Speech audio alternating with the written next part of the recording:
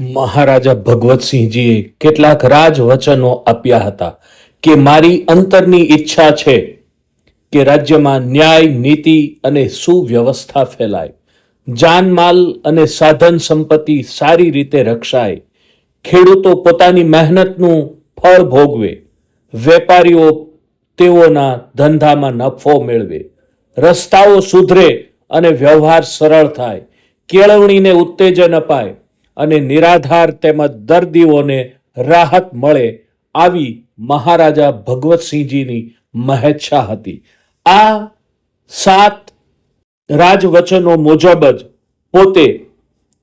રાજ્ય ચલાવ્યું અને એવું સુવ્યવસ્થિત રાજ્ય ચલાવ્યું કે કાઠિયાવાડના મોટા રજવાડાઓમાં પણ